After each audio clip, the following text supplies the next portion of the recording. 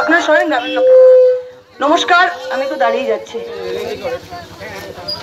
কোথায় দাঁড়াতে পারবো? আপনি একটু সরুন না, আমি লোকেদের সাথে কথা বলতে চাই। পার্টির লোক একটু সরেন না। নমস্কার, আমি খিদিরপুর পূর্বপাড়ার মানুষকে বলতে চাই, আমি আপনাদের লোকসভা কেন্দ্র প্রার্থী মহুয়া মৈত্র। শুনেছেন? নাম শুনেছেন? এখন শোনেননি? দেয়ালে নাম লেখা আছে। তাই আমি যাতে আপনারা আমাকে চেনেন, তাই জন্য আমি আপনাদের দ্বারে দ্বারে এসেছি। আমি চাইলে বড় মিটিং করতে পারতাম, কিন্তু আমার আপ্রাণ চেষ্টা, যদিও এই লোকসভা কেন্দ্র খুব বড়, 1908টা গ্রাম আছে, তবুও আমি চেষ্টা করছি যতটা পারি আপনাদের কাছে পৌঁছবো। আপনারা আমাকে নিজে দেখবেন, তবে তো মনে হবে যে আপনাদের প্রার্থী। তাই আপনাদের কাছে এসেছি, আমি কাজ করতে এসেছি। আমি বর্তমানে করিমপুরের বিধায়িকা। আপনাদের তো নাকাশিপাড়া অঞ্চল, কল্লোল খান বিধায়ক, আমি করিমপুরের বিধায়িকা। আমি আগামী দিনে কাজ করতে এসেছি। আর আপনাদের যে এখানে একটা জিনিস বলতে হবে, এই যে ভোটটা আসছে, এটা তো লোকসভা ভোট, এটা পঞ্চায়েত ভোট নয়। পঞ্চায়েত ভোট আপনারা যখন দেন, আপনারা ভাববেন গ্রামের লোক আপনার সাথে থাকবে, রাস্তা করবে, লাইট করবে, কিন্তু এটা তো দেশ চালাবার ভোট। এটা দেশ চালাবার ভোট, এটা তো পঞ্চায়েত ভোট নয়। এটাকে খুব ভেবেচিন্তে আপনাদের দিতে হবে। আগামী দিনে এখানে দিল্লিতে যে বিজেপি সরকার আছে, 5 বছর আপনাদের জন্য কিছু করেছে?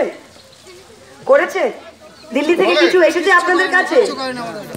কি আপনাদের নিজে ভাবতে হবে। দিল্লি থেকে সরকার 5 বছর ছিল, নোটবন্দি হয়েছিল, সব টাকা উঠে গেছিল, আপনাদের কষ্ট হয়েছিল তো?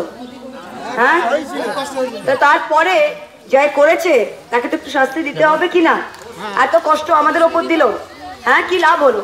বললো বড় লোকের নাকি কালো টাকা চলে যাবে। বড় লোক তো বড় লোকই রয়েছে, কষ্ট হলো আমাদের, পেটে লাথি পড়লো আমাদের। বড় লোক তো বড় লোকই রয়েছে, যার কালো টাকাটা তো কালো টাকা আছে। আমাদের তো টাকাই ছিল না, কালো টাকা আবার কি? কালোর সাথে তো পরের কথা, ঠিক কি না? পরের কথা, টাকাই নেই মানুষের, আমরা তো দিনমজুরি খাই। সেখানে দাঁড়িয়ে তো কি অবস্থা। তো এই যেটা হয়েছে, তো এইটা হয়েছে। এখন আপনারা দেখছেন যে কেন্দ্র সরকারের দায়িত্ব দেশ রক্ষা করা। দেশ রক্ষা করতে তারা একেবারে ফেল করেছে, কারণ দিনের পর দিন আমাদের সৈন্যরা মরছে। দেখছেন আমাদের গ্রামের ছেলেরা বডি আসছে ফিরে। তো প্রত্যেকটা জিনিসে ওরা ফেল করেছে। এইবার দিল্লি থেকে কিন্তু বিজেপি সরকারটাকে হাঁটাতে হবে।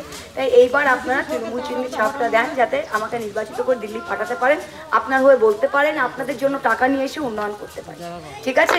আপনাদের যদি করিমপুরে কেউ আছে জিজ্ঞেস করবেন, আমি ওখানকার বিধায়িকা, আমি কাজ করেছি কিনা। আমি নিজেই আপনাদের কাছে এসেছি। আমি আশা করছি যে আপনারা আগামী দিনে আমাকে মনে রাখবেন এবং আশীর্বাদ করবেন। ঠিক আছে?